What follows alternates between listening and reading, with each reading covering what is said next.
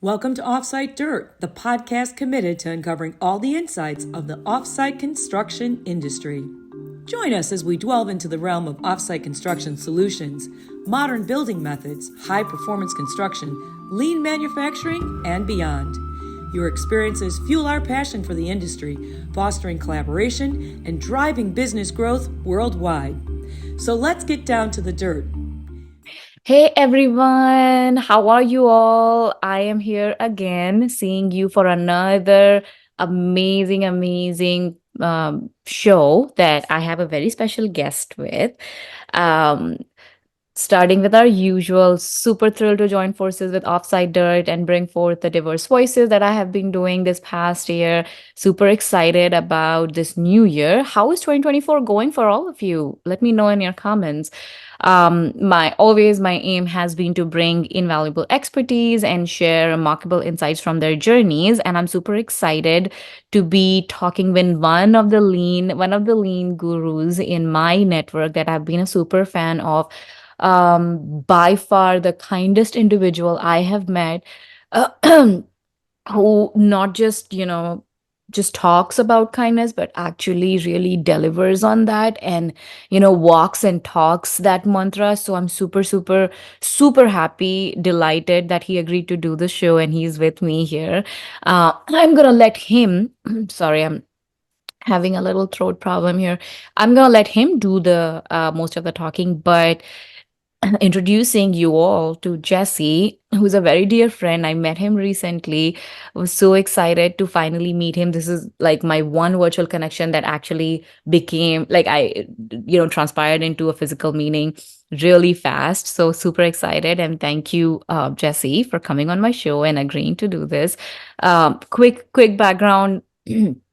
He's an author, he's a lean guru, he runs 3 4 different um, uh, lines of business in which he is not just consulting about lean, but he's also doing a lot more to improve our attitude towards work. And there are some amazing examples that we might be able to share during our show.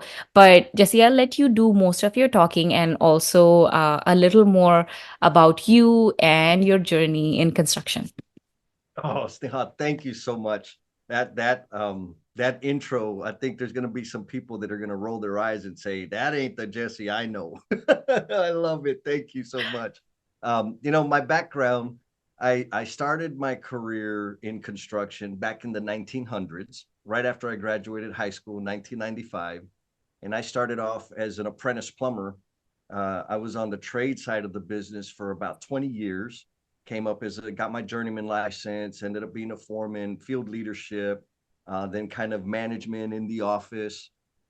From there, I transitioned and went to work for one of the largest general contractors in the country as a lean asset, and I was helping support the transformation. Right, it's with a heavy focus on last planner system.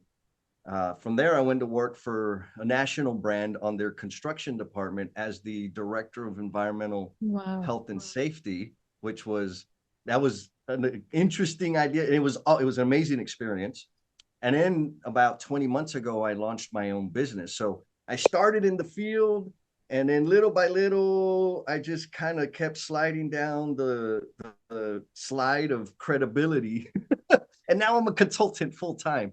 But along the way, I can draw back on the experience that I had as an apprentice plumber and as a journeyman. And when I finally got introduced to the lean thinking and philosophy, um, my perspective on like the real value and power that it can bring in terms of helping an individual access their talent and their potential, like their capabilities.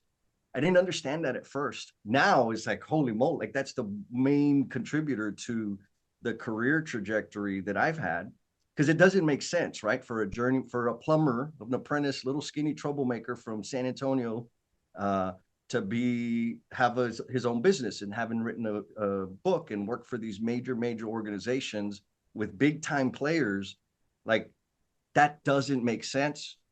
But I can credit it to the bandwidth that applying the like lean thinking in my personal life and work life together created. Like I would not have been able to access it and find it had I not applied the principles in Mhm. all things. And that's not to say that I know all the principles.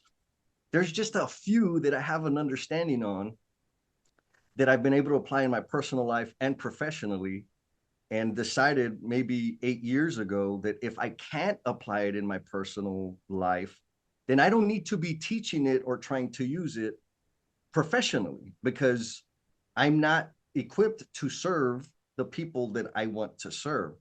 So that's kind of where I'm at now, having all kinds of fun. Or you're being humble you by saying that you don't understand all their principles. So you understand everything. But I agree with you, like, like applying lean principles in our personal life is a true phenomena. Like I have done that. And it's I think you can totally draw those principles and use it to be more efficient in your day. Like, I think I shared this in one of the episodes too. Like after being a mom, I really needed to be more efficient and in a lot of things, like, really you cannot multitask, but then when you are trying to do a lot of things, making sure that going from one activity to other, the wait time is less, the accessibility at the point of use and all of that, like it's great. Like you can actually also do a value stream mapping of your uh, freaking day and find out where your inefficiencies are. Like things like that are really truly applicable in your personal life, and I encourage most of my listeners here to try one of it. If you're really into lean and reading about these concepts, try it. It works. But I know, Jesse, you run your show now. By the way, I really urge you all to like catch him live with on his show. It's amazing. It's mostly fun, but then also dropping nuggets while they're having fun. I think that's the best part of it. But I just want to ask a question, Jesse. Like, did you always want to be in construction? Was this a childhood dream? Like, how did you fall here? Yeah, that's a fabulous question. No, I did not. So my dad's a plumber, and I remember when I was, we'll say, like 10 years old and up, like we would have to go work with dad on the weekend. And I hated it because I wanted to stay home and watch cartoons, right? I wanted to ride my bike and play around with my friends. I didn't want to be working. And I saw, like, my dad, he comes from that generation that it's all hard work, period. There's no time for anything but hard work. He still can outwork me. Um, and I like knew, I was like, there ain't no way I want to do this. Like, I don't want to do what he does. And what happened was my senior year of high school, I didn't really understand like all the things to do to get into university. I was in kind of these special programs where that were all college geared courses and this sort of everything was college geared, and I was pretty good. I'll say it this way: like academically, the work is not hard for me. My challenge is sitting still and slowing my brain down to the pace of which the class is moving.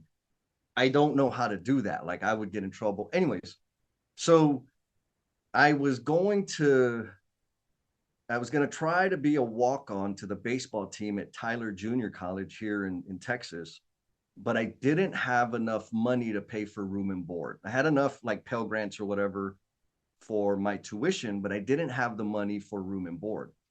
And I just needed, a couple $1,000s. So we're going to work. The plan was I'm going to work over the summer, save that money, and then go to school to be, I don't know, everybody told me I was good at math, so I should be an engineer. I'm like, okay, I don't know what the hell an engineer does. So I didn't anyways back then. And so I went to work. My dad said, hey, the company he was working for was hiring. I applied. They hired me as a laborer. And the first day I walked on the job site, I was like, oh my God, like this is where I belong. And I didn't know it then. Now it's totally clear to me. It's where I belonged because the conditions were perfect for a person like me to thrive, learn, and grow. The classroom, the conditions of a classroom were not perfect for me to thrive, learn, and grow. And so in construction, like the amount of sensory input, the noise, the things that are happening, the action, the physicality of it, like all of that, nobody cared about me being loud and rambunctious. Like nobody even noticed. And all of the things that were going on, the problem solving, the thinking, the relationships, like just all of it was like, yes, this is going to be enough for me to stay focused and stay on the task at hand. Again, I wasn't fully aware that that's what was happening, but looking back, that's exactly what it was. And so I think I was about 3 weeks in when I decided, like, I'm not going to go to college. I'm going to work. I didn't tell my dad until the end of the summer, and he was actually, I think, hurt in that he blamed himself for me not going to college. You know, like, no, you don't understand. Like, that life is hard for me. Like, I feel less than in that environment. Here, I feel like I can really be. I felt home and I felt accepted. And so that's kind of how my career in construction began. And then over time, because I'm a restless type learner, I have to learn more things. I want to understand all the little bits and details about everything. And so I found an apprenticeship program and figured out how to get into that and learn as much as I could there. And that's just kind of been my path along the way. I find a new interest, I dive all the way and obsess about it and learn as much as I possibly can. And then I start kind of getting paid to do whatever that was. I mean, that's a super simplification. Um, but that's kind of what sprouted my career. Such a unique way of you actually understanding, and probably at a very young age, on what works out and what's going to work out. Like, really, no one has spoken about something like as, uniquely that you just put it out there, and why you chose construction and why it just, gelled with your own, personality. I think that's super important. I have one question before we dive into the major project. I read your LinkedIn bio and it says, I take a Pica-Palla approach for personal and professional transformations. Tell me about Pica-Palla approach. I don't know, and I'm pretty sure I would my listeners would love to know about it. Well, Sneha, first, thank you, because I think you're the first person that's ever read it. Like, in my head, I don't think people read that. But so pica pala, that's kind of a term my dad used to use for us, right? Like when we go work on the weekend, what are we going to do? Pica pala. Like, oh God. And so what that means is pick and shovel.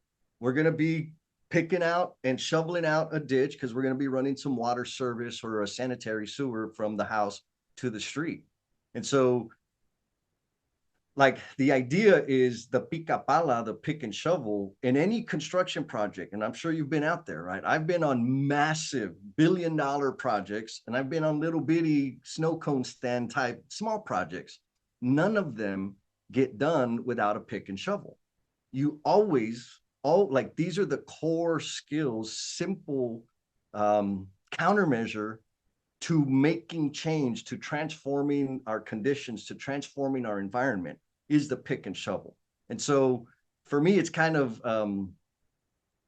a recognition or a shout out to my dad for the work ethic that he instilled in me or demonstrated for me to follow. And also, like, it really is that simple. I'm not going to be super fancy and use all the fancy terms. And like, if I can't make it as simple as using a pick and shovel, then I don't need to be doing it. So it's just that, like, we're going to get very simple, human being to human being, and we're going to get our hands dirty. We're going to get some calluses, and it's going to be work. We're going to sweat. It's going to be tough. So that's kind of what the Pica-Pala indicates. I love it. So I learned something new. Pick and shovel. I love Yes, it. I love and love how it is related to construction. Thank you. yes. But like before we lose a lot of time, I really want to understand one unique project that you can share with our listeners that has like stood by you, that gave you the most learning, or probably something that you think will bring a lot of value to our listeners. I would love to learn more about the project. Okay, well, it's not sexy, but it was one of those pivotal lessons that set the direction for my approach to things. And it's around 5S. And so we were doing a big, like a really fancy hotel here in San Antonio. And I don't know, we had 30 plus plumbers on site, and we had gang boxes, toolboxes for everybody, like for all the major tools to store in them. And we kept having this issue where the guys couldn't find their tools, right? Like the whatever it was, their bandsaw, their snap cutters, all the whatever. Like they didn't have them anymore. And it's like, oh, here we go. Did they get lost? Did they get stolen? So we're spending all this time trying to track down the tools. And every time we like really said, okay, forget it, we're going to open up every single box, there was 2 or 3 that had all of the tools in them. And so I call those guys the hoarders, right? They wanted to keep all the tools because it made them feel better. So we said, okay, what can we do to mitigate this problem? And we can kind of brainstorm with my leaders out there on site. And they're like, well, what if we color code all the tools? I think, oh, that's a great idea. Because then visually we can see that red goes downstairs, blue goes upstairs. So that's what we did. We went like every box, we had a list of like a standard list of the tools that were necessary to do that job, to do their job for a crew of 4 people. So we had the list. We painted every box, right? All the tools and the box to match the tools, so that visually we could see, oh, that doesn't go here. That goes downstairs. That goes upstairs. That goes in the other building. And the interesting thing was most projects of that size within the company, they were losing $60,000 to $80,000 worth of tools. Our project didn't. And I'm not saying that somebody stole them. I'm just saying that we didn't lose them, right? So it worked. And then the question was like, the company said, man, like y'all have done so good on not busting the tool budget. What did y'all do? And I said, well, this is what we did. We had a standard list that these were the tools in the list, and we color coded all of them, and every box was assigned to one person, and we inventoried it once a week. If we saw a rainbow, we said, time out, talk to the person, put them back where they need to go. And what ended up happening, they're like, oh, that's what we need to do on all of our projects, right? Which I think we do, and that's where the learning is. The problem was the specific list of tools that I had on this project were targeted for the type of systems and work we were doing on this job, which means it doesn't fit for every project. And it was only for the plumbers. And the company, we had plumbers, pipe fitters, and sheet metal guys. So we ended up buying plumbers tools for sheet metal guys, plumbers tools for pipe fitter and welder, and it wasn't the right stuff, right? And of course, people made fun of me, like, you're stupid, that was a bad idea. Like, I'm like, anyways, we fixed it. But the lesson was this: we will naturally anchor and zoom in on the tool and try to scale the tool, when what we should have done was scaled the thinking. Understand the thinking that was applied to come up with that countermeasure or solution, and then scale that thinking. And so in the moment, it was a very painful lesson because I got a lot of attention for it. But like in terms of long term, and that I've been able to see that over and over and over and over again. He's like, no. Like, yes, that's a cool tool and it's a cool remedy for these precise conditions. So before we say copy paste and do this over here on the other side of the country, let's understand the conditions over there first and verify that these countermeasures, are they customized? Will they address or take into account the conditions of the environment that the idea is going to be deployed in? And so that was a huge, huge lesson for me that was super, super embarrassing and super painful, because I thought I was a superstar. And then I learned not really. But it's like, thank you so much for sharing this, but and actually sharing 5S, because that's the fundamental philosophy of lean, and something very powerful, like something I encourage every person who is trying to start the lean journey should engage themselves in, should train their people on. Something that is super applicable to your home, to your place of work, to wherever you are. So thanks for sharing that. I think color coding has been a part of my journey also a lot when I was in manufacturing, and putting things at the point of use. Actually, losing inventory is very common. You talked about tools losing inventory, especially, and also in like modular industries, like it's pretty common. And how do we really stop and stop that? Because like little things add up to a lot of dollars. Yes. So Yes. Color coding, definitely a super powerful example. So tell me something like how, uh, when you scaled it and this was a change, what were the hurdles? How did you um, make sure that the change was successful and people like adapted to the new ways of work? Yeah, I love the question. So the first, like in that specific situation, we did it the worst way possible. We said, hey, this works over there. We're going to do it on these 3 projects now without understanding or like investing any time to till the ground. And when I say till the ground, I mean help the people that are going to be affected by the change, help them understand the purpose, and also invest some time into understanding their pain points and their problems. We didn't do that. We just said, hey, I did this over here. We're going to do this over here. It's going to be amazing. So we set the stage for them to be defensive about the idea. And then the idea wasn't perfect. So as soon as it was a problem, they pointed it out. See, this 5S stuff is stupid. Like we gave them all kinds of ammunition to hate the idea because we didn't invest any time in understanding the problem from their perspective. We didn't take any time to get their input and allow them or invite them into informing the best way to do it. Because if we would have done that, like it could have been as easy as, hey, come to this project. Let me show you what we've done.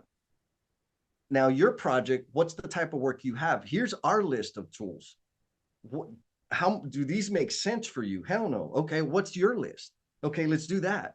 What colors do you want? Right? Like talk about simple. What you pick the colors. You want glitter? We'll pick glitter. Like we didn't do any of that.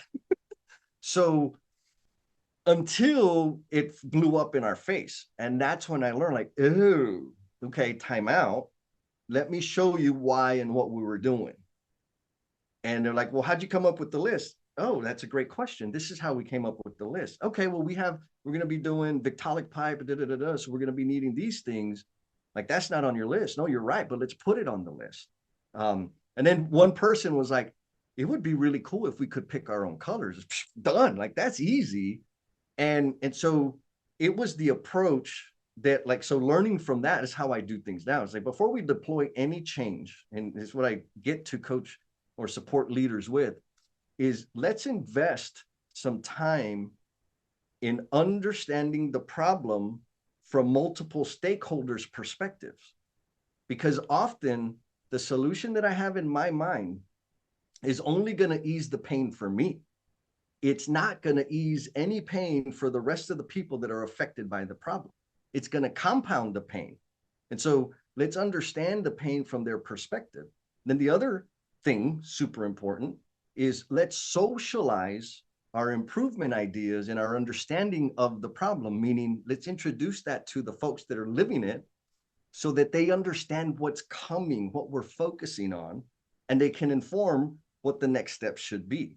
And again, like all of like that stuff right there, I learned by the damn problem I created myself with painting all the tools. That's so cool. And actually, what you just said is super important, like making sure people understand the why and what's in it for them. And Yes, sometimes maybe that isn't even a bigger pain point for someone else versus you. Like, right? So just making sure, I mean, standardize is a mantra in lean, but yep, then we also need to understand the balance. correct. Also need to make sure that people are having fun while they are doing all of that. So that's why, like, I think the example that you shared is super important. And to our listeners, like whenever you're trying something like this, make sure that everyone understands the reason behind it. Otherwise, I always feel like you can come in, you can implement a change and leave and things fall apart again because people did not believe in it. Because the Yes, doers who are dealing with it daily do not believe in that idea, it is very easy for it to fall apart and go back to where it was, and all the investment in the money and the time and everything is back to square one. So yes, yes. super And important. can I make a point? What I've seen, and I've done this myself, like helping people understand the why. What I used to do was send an email. This is why. That doesn't work too good. When I invest a few minutes to talk to somebody, understand their perspective, explain a little bit more about where I'm coming from. And like that's the socializing part, right? We start talking and kind of understanding, like, oh, like I can adjust because that's a great idea. And they're saying, yeah, I could adjust because that's a great idea too. It's so it's a little bit more than telling the why. It's more maybe crafting the why with the people that are experiencing the pain because we're experiencing it Yep. differently. And speak the same language, right? You won't do Yes. that until you talk to them. You take the time to stop by Yes. wherever their station is and actually spend some time, get your hands dirty, understand their process before Yes. you start answering the why for them. Right. Oh Super yeah. important. So thank you so much for sharing this. And I will pretty much like we are at time. So I'm just gonna end with my last question, which is pretty much that I ask something that I ask all my guests is tell me any latest trends you're following or you predict or you see that can transform this industry that we are in. Yes. So the trend that I see coming up is the value of authenticity and vulnerability is growing exponentially for two reasons. We know in the construction industry, suicide rates are like higher than they ever should be. Substance abuse is higher than it needs to be. Mental wellness is lower than it should be. So those are problems that we're living with right now. And if we don't do something about them, like we're currently in an unsustainable situation. Forget about the labor shortage. Like that just compounds the problem. And so it's my observation that vulnerability and authenticity, embracing that, getting practice and growing comfortable with those, demonstrating that will combat this thing, right? Of substance abuse and poor mental health, et cetera. Um, and what's also happening is because AI is awesome. I love AI. Uh, However, there's a lot of lazy people out there. And they're going to like leverage the heck out of AI, so much so that the content, the messaging, the interactions are going to have less connectivity, less connection in them. And we're already in a state where connection um, is lacking severely. And so with this uptick of AI, I think it's going to compound the lack of connection, which is going to increase the value of vulnerability and authenticity. And so, what does that mean? Like, that sounds fancy. Those are beautiful words. What's vulnerability? Simple explanation: admitting to another human being that I have a problem or I don't know. Start there. What's authenticity? Sharing my story with all the dirty details. That's authenticity. Like, if you just start there, we will little by little, one pair of boots at a time, one world at a time, transform our industry. But we have to start. That's my observation. Oh my God, that was big because you pointed out a very important point, which is like our connections, like, making personal connect is just declining because of all the tech we are into today. And construction cannot be like that. We cannot let that happen to this industry, this trade, because it's very different.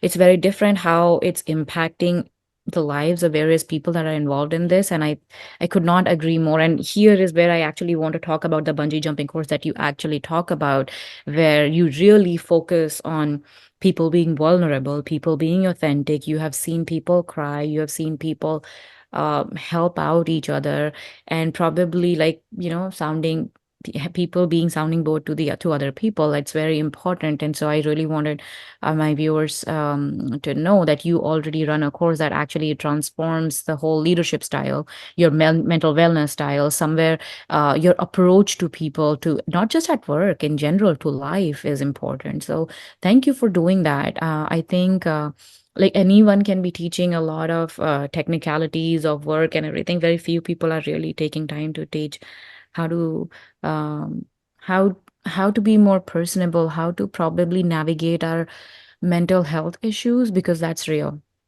It Yes. happens at work, it happens with family, it happens at home. So I think we need more people talking about it. We need more more courses talking about it, or probably just a forum, right? Where you can come in, vent, get support, find your tribe, and leave. So thank you so much. Thank you so much for bringing this important topic to the forefront. And with this, we are almost towards the end of the show. I really want to thank you for your time, for sharing your invaluable expertise with everyone here.